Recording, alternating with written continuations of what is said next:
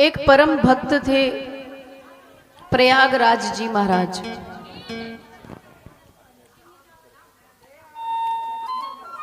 छह वर्ष की अवस्था थी, बालकों के साथ खेल रहे थे अपने गांव में। तभी देखा कि हर घर में सबकी बेटियां आ रही हैं। तो प्रयागराज जी महाराज आए और आकर के अपनी माँ से पूछने लगे, माँ सबके घर में बहन बेटियां आ रही हैं, सबकी बहनें आ रही हैं, क्या मेरी कोई बहन नहीं? बहुत सुंदर कथा है, अगर भाव से सुनोगे तो। 6 साल के प्रयागराज महाराज परम भक्त हुए हैं ठाकुर जी के।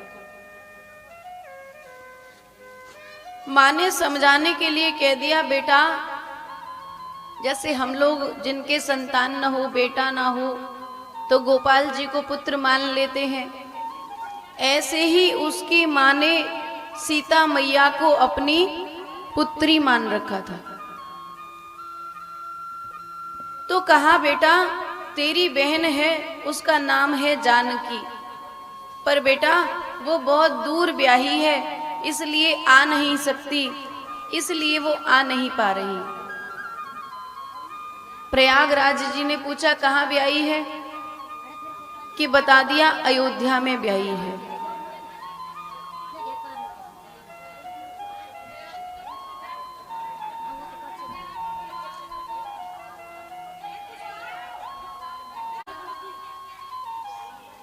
और मैया ने समझाया, बेटा तेरी बहन बहुत दूर ब्याही है, इस वजह से आ नहीं पा रही।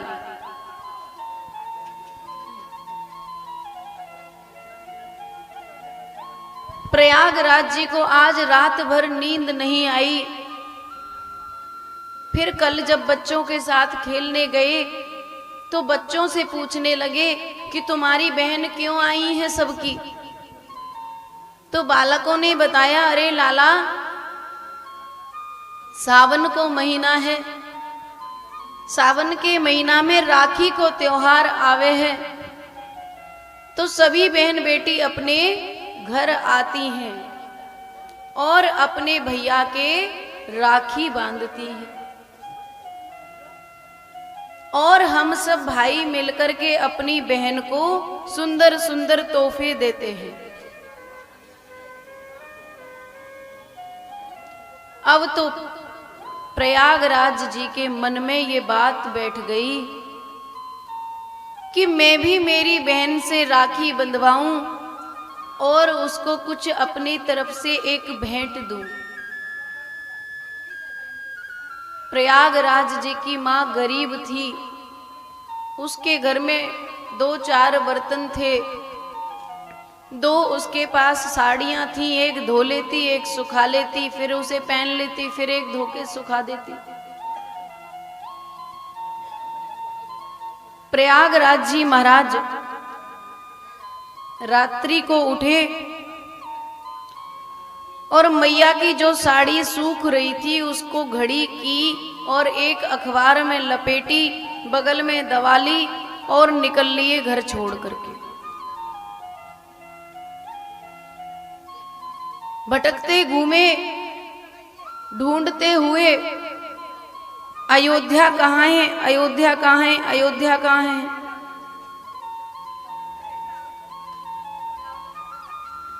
अयोध्या का पता पूछते पूछते प्रयागराज जी महाराज आज अयोध्या में पहुंच गए, लेकिन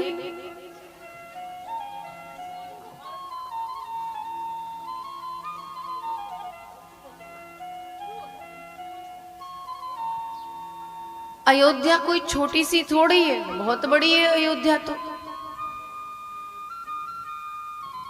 थक गए हैं, 6 साल के बालक हैं, न कुछ खाने को न पीने को, भगवान से एक ही लगन है। कहाँ है ये सारे? जहाँ ले चलोगे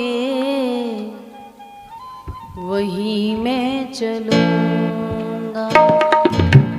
रास्ता पता नहीं है, ढूंढते फिर रही हैं अयोध्या में बहन का घर, और घर घर में पूछ रही हैं कि मेरी सीता नाम की एक बहन है, वो जानकी कहाँ रहती है। जहाँ ले चलोगे वही मैं रहूंगा। जहाँ ले चलो वही मैं रहूंगा। जहाँ नाथ रख लोगे, जहाँ नाथ रख लोगे वही मैं रहूंगा। जहाँ ले चलोगे वही मैं चलूंगा। जहाँ ले चलोगे वही मैं चलूंगा। जय हो।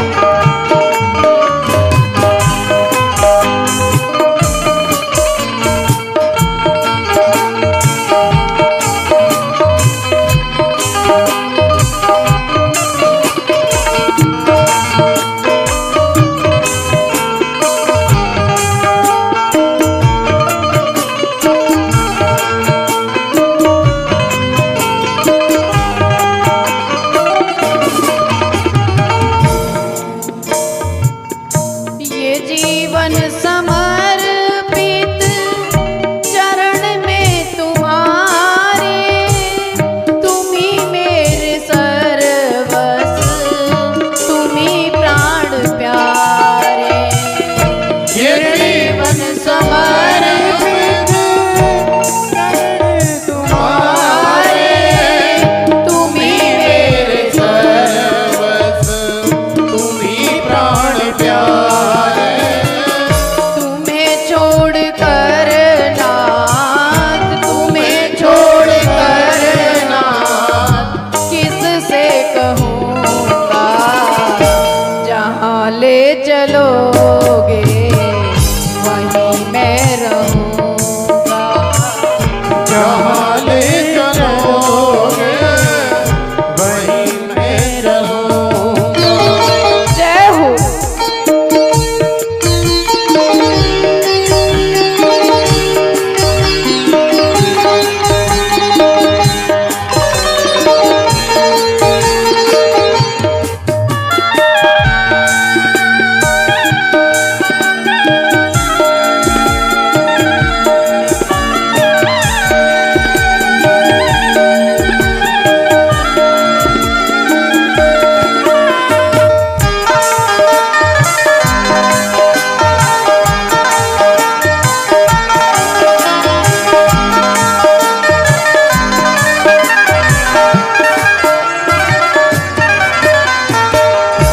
न कोई शिकवा, न कोई शिकायत, न कोई शिकवा, न कोई अर्जी।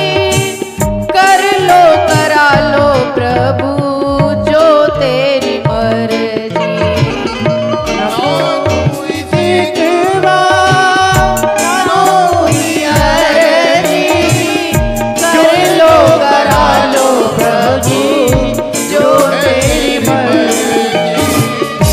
सुख दो या गम दो, दुख दो या गम दो, वही मैं सहूँगा। जहाँ ले चलो वही मैं रहूँगा। जहाँ ले चलोगे वही मैं चलूंगा। प्रयागराज जी महाराज भगवान से प्रार्थना करते हैं, हे नाथ जहाँ ले चलोगे मैं वहीं चल पड़ूंगा, लेकिन मुझे अपनी बहन से मिलना है। अब बहन हो तो मिले। माँ ने तो कह दिया था भाव में आकर के कि जानकी तेरी बहन है, लेकिन प्रयागराज जी तो सच में मान बैठे कि मेरी बहन है और मुझे उससे मिलना है। अयोध्या में ही हार थक करके एक पेड़ के नीचे बैठ गए।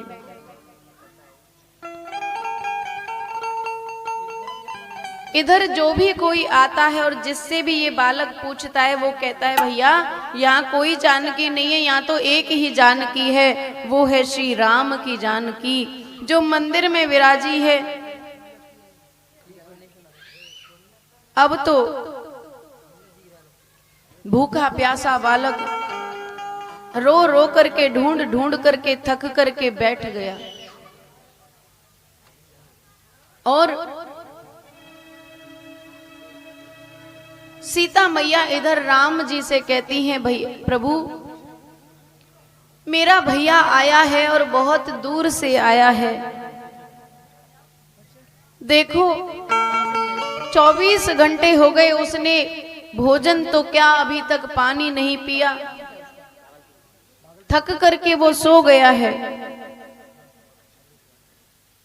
मेरा मन है कि मैं अपने भाई को कम से कम जाकर के भोजन तो करा दूं।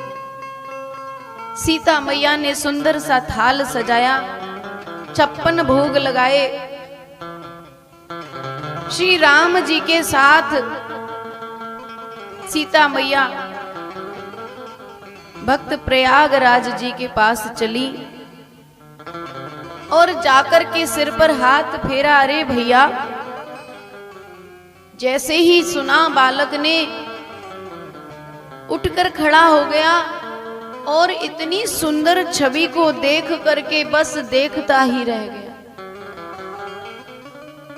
तभी सीता मैया ने कहा अरे लाला, अरे भैया तू थको भयो है, भूखो है, चल भोजन कर ले। तभी प्रयागराज जी छोटे से बालक तो थे ही, लिपट गए सीता मैया से। अरे बहन कब से तो को ढूंढ रहे हूं,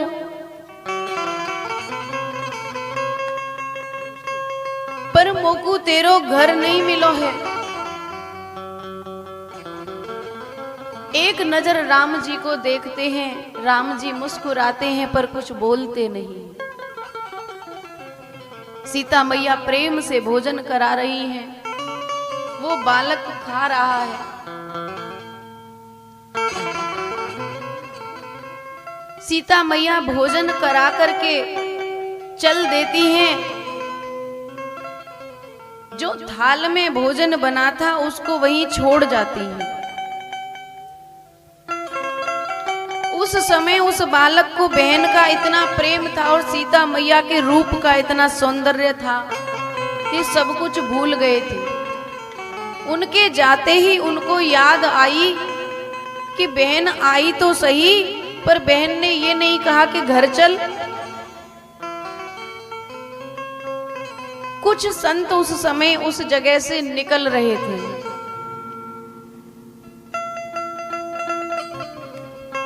उन संतों से फिर से पूछा कि जानकी का घर कहाँ है। संतों ने भी यही कहा कि जानकी का मंदिर है, जानकी का घर नहीं है। फिर बोले नहीं, मेरी बहन आई थी, मुझसे मिली थी, भोजन कराए थे, देखो ये थाल है मेरे पास। जैसे ही वो थाल देखा तो वे संत उस मंदिर के ही महंत थे। वो थाल वही थाल था जिसमें रोज सिया और जानकी का भोग धराया जाता था, सोने का थाल।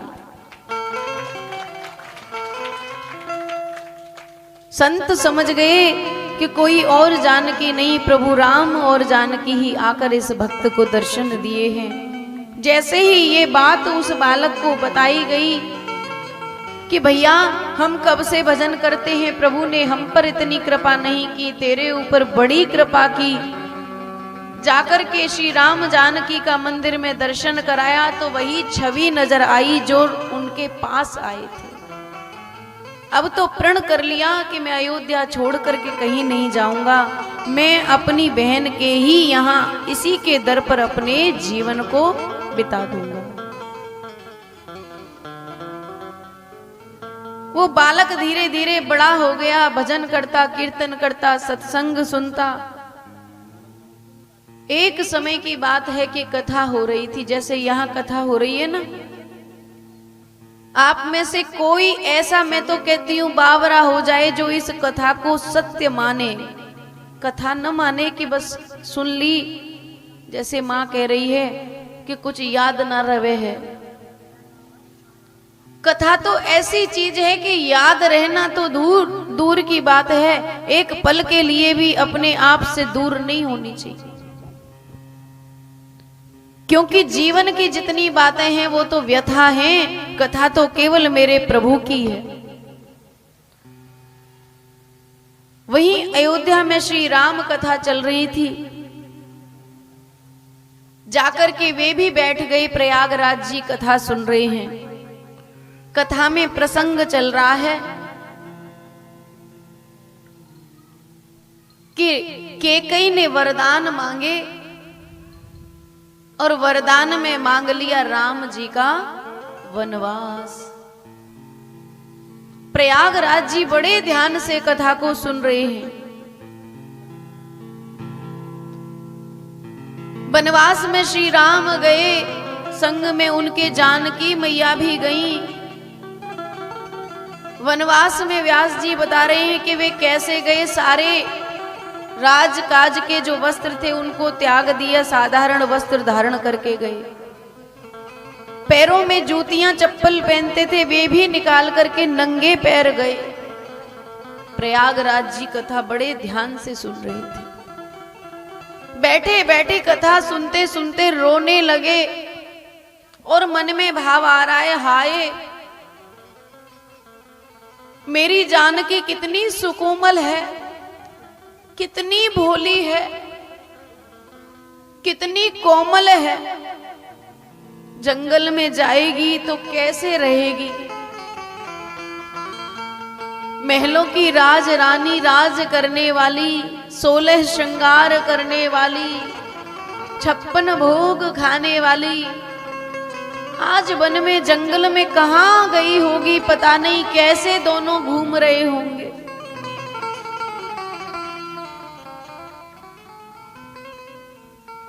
कथा समाप्त हुई, विराम हुई। कथा विराम यहीं पर हुई कि राम और जानकी जंगल में गए। समस्त पब्लिक चली गई, पंडाल खाली हो गया। व्यास जी गद्दी से उतरे और जाने लगे, तभी प्रयागराज जी ने चरण पकड़ लिए। हे नाथ, हे व्यास जी महाराज, आप आगे की कथा बताओ। व्यास जी कहने लगे, अरे भैया तू का पागल है गो, आज की कथा विराम हो गई, अब आगे की कथा तो कल सुनाई जाएगी। अब तो वो भक्त रोने लगा, चरण पकड़ लिए, हे प्रभु कल सुनाओगे तो न जाने कल तक मेरे राम और सीता कितनी दूर निकल जाएंगे। मुझे आज ही कथा सुननी है। मुझे ये बताओ कि मेरे राम और सीता कहाँ तक पहुंचे हैं, मैं अभी जाकर के उनको वापस बुला लाऊं। वो तो भाई के भाव से कथा सुन रहे थे ना, कि मेरी बहन और मेरे बहनोई घर छोड़ करके गए हैं तो मैं उनको समझाऊंगा। वो व्यास जी जो कथा सुना रहे थे वो उसको पागल समझ करके छोड़ करके आगे चले गए। इधर वो भक्त दौड़ करके बाजार में गया, 3 जोड़ी चप्पल खरीदी, कुछ खाने की सामग्री खरीदी, कुछ वस्त्र खरीदे, सब एक पोटली में बांध करके और सिर पे रख के चल दिया।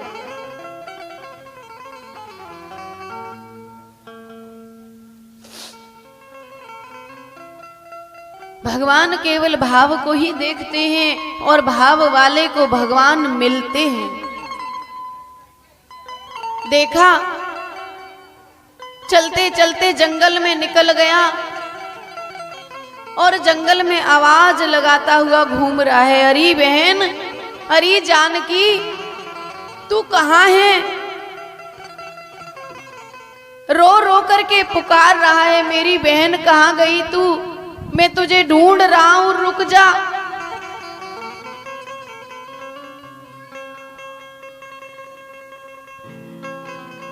इधर मंदिर में बैठी जानकी मैया राम जी से कहने लगी कि ये आपका भोला भगत है, अगर हम और आप नहीं गए तो ये जंगल में ही घूम घूम करके अपने प्राण त्याग देगा। तो आज भगवान राम का हाथ पकड़ के खींचती ले जा रही हैं सीता मैया, और फिर देखा प्रभु आप अगर इस रूप में जाओगे तो मेरे भैया की, मेरे भक्त की विश्वास भंग हो जाएगा। हे नाथ, एक बार फिर से आप वही रूप धारण कर लो जिस रूप में हम जंगल में कभी गए थे। भगत के वश में है भगवान, भगत के वश में है भगवान, भगत के वश में है भगवान, भगत के वश में है भगवान। भगत बिना वो कुछ भी नहीं है, भगत बिना वो कुछ भी नहीं है, भगत बिना वो कुछ भी नहीं है, भगत है उनकी जान, भगत के वश में है भगवान, भगत के वश में है भगवान। सीता मैया ने भगवान राम को फिर से वल्क वस्त्र धारण करा दिए और जंगल में ले गई। पीछे से आवाज लगाई, अरे भैया तू कहाँ जा रहा है? हम तो यहाँ बैठे हैं, एक पेड़ के नीचे बैठ गए। जो ही राम लक्ष्मण सीता को देखा, जाकर के राम जी के चरण पकड़ लिए और कहने लगे,